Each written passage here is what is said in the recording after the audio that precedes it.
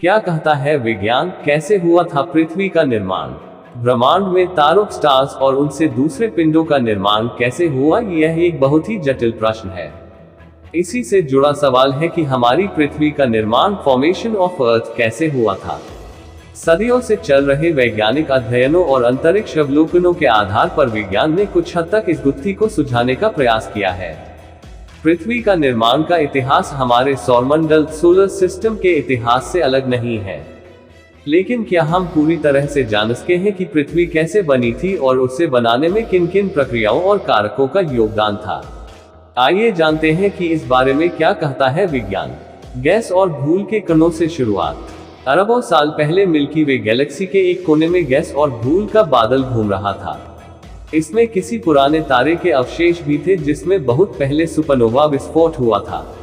Gas और धूल के कण तैरते रहे, लेकिन वे शुरू में दूर दूर ही थे। लेकिन तभी पास के एक तारे में भी सुपरनोवा विस्फोट हुआ, जिससे अंतरिक्ष में प्रकाश और ऊर्जा के झटके वाली तरंगें चारों ओर फैल गईं। इससे इस बादल में गैस और धूल के कण पास पास आ गए। सूर्य और चक्रिका का निर्माण। जल्दी ही गैस और धूल का बादल एक विशाल गेंद में बदल गया और गुरुत्व के प्रभाव से यह और बड़ा होता गया। गैस और धूल के कणों के बीच अंतरक्रिया होने लगी और गेंद के अंदर शक्तिशाली नाभिकीय प्रतिक्रिया होने लगी और बादल की गेंद सूर्य जैसे तारे में तब्दील हो गई।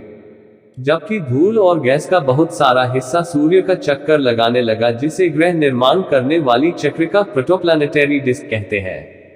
विशाल होते ग्रह। वहीं दूसरे हिस्सों से बुध, शुक्र, मंगल, गुरु, शनि, यूरेनस और नेपच्यून ग्रह और उनके चंद्रमा भी बने।